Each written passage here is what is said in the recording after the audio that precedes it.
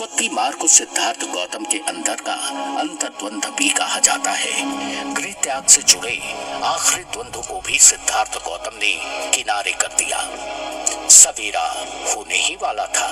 सिद्धार्थ छंदक को साथ लिए घोड़े कंधक पर सवार हुए और आगे बढ़े जब तक एक नदी के किनारे नहीं पहुंच गए। राजकुमार सिद्धार्थ ने छंदक से पूछा, इस नदी का क्या नाम है छंदक? देव, ये अनुमा नदी है, छंदक ने उत्तर दिया। इतना सुनते ही सिद्धार्थ के मुंह से अनायास निकला, तो मेरा गृह त्याग निष्क्रमण भी संसार में अनुमा नाम से जाना जाए। देव, ये कहते कहते छंदक का सब्र जवाब दे गया।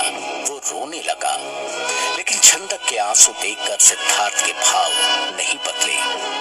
वो एक एक करके अपने तन पर मौजूद सभी राजवस्त्र उतारने लगे। उसे आदेश देते हुए उन्होंने कहा, छंदक, अब तुम मेरे ये वस्त्र भूषण और इस घोड़े कंधक को लेकर लौट जाओ।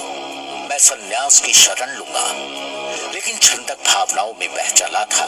वो सिद्धार्थ से बोला, तो मुझे भी ले चलिए, मैं भी सन्यासी बनूंगा। आज तक आपने मुझे अकेला नहीं छोड़ा। लेकिन सिद्धार्थ जैसे उसकी बात सुनते ही नहीं। ये देखकर छंदक की आंखों से आंसुओं की धारा और तेजी से बहने लगी। सिद्धार्थ एक पल को छंदक की ओर देखते हैं और अगले ही पल दाएं हाथ से अपनी कमर पर लटकती तलवार निकालते हैं, उसे हवा में उठाते हैं। छंदक और जोर जोर से रोने लगा और चिल्लाया, नहीं नहीं देव, नहीं, ऐसा मत कीजिए देव, ऐसा मत कीजिए।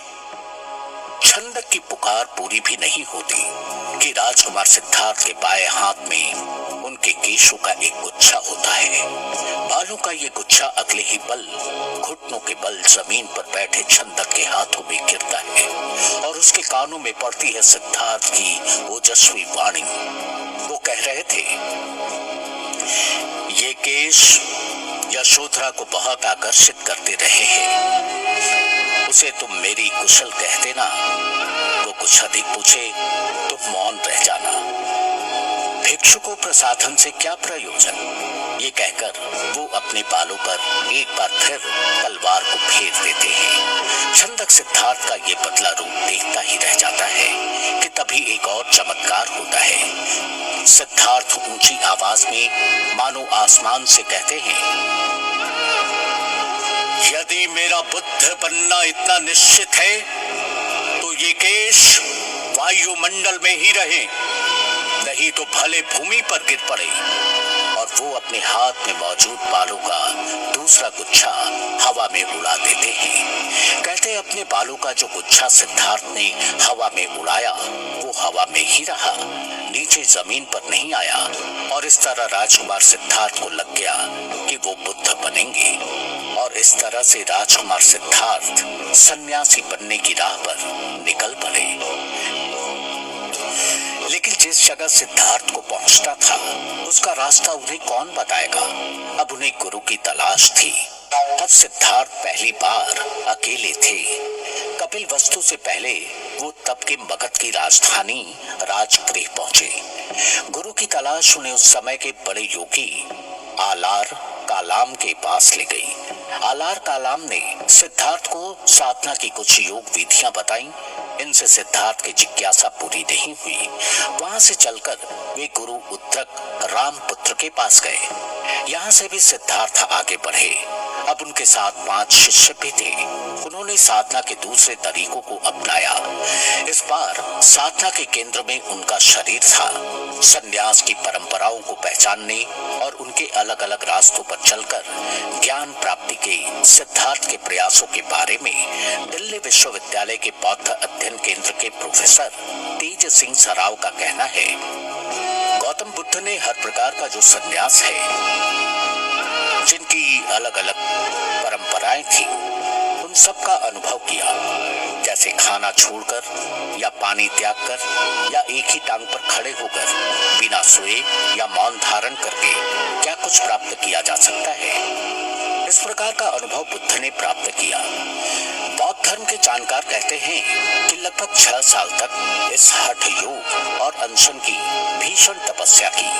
उन्होंने अन्न जल त्यागा, वो धरती में गड़े रहे, एक टांग पर खड़े रहे, शीर्षासन किया, ऐसी कठोर तपस्या की जिससे वो खुद मृत्यु के करीब पहुंच गए। अपने इस हठ योग के बारे में एक बार स्वयं बुद्ध ने कहा था, मेरा शरीर दुर्बलता की चरम तक पहुंच गया था।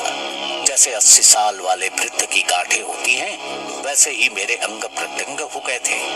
जैसे ऊंट का पैर, ठीक वैसे ही मेरा कूल्हा हो गया था। जैसे गहरे कुएं में तारा, वैसे ही मेरी आंखें दिखाई देती थी। यदि मैं पेट की खाल को मसलता तो पीठ के कांटों को पकड़ लेता। तो उन दिनों मेरी पीठ और पेट एकदम सट गए थे। अपनी इस अवस्था को देखकर सिद्धार्थ समझ गए कि ऐसी तपस्या से उन्हें मृत्यु के अलावा और कुछ भी हासिल नहीं होगा। इन्हीं विचारों में खोए सिद्धार्थ अपने आश्रम के एक कोने में दीवार के सहारे टिके हुए थे। उनकी हालात कतई ठीक नहीं थी। तभी इस मरणासन्न सन्यासी के सामने उनकी एक शुभचिंतक लड़की आती है। मरणासन्न सिद्धार्थ की हालत देखकर वो उन्हें खीर से भरा एक कटोरा देती है और उनसे आग्रह करती है कि आप इस प्रकार अपने आप को कष्ट न दें। सुजाता नाम की उस लड़की के आग्रह को अन्न जल छोड़े सिद्धार्थ एकाएक मान लेते हैं और खीर खा लेते हैं। अन्न ग्रहण करते ही सिद्धार्थ के शरीर में प्राणों का संचार तो होता है, लेकिन इसका परिणाम ये हुआ कि सिद्धार्थ के 5 शिष्यों ने उन्हें घोर तपस्या को त्यागते देखकर उन्हें छोड़ दिया।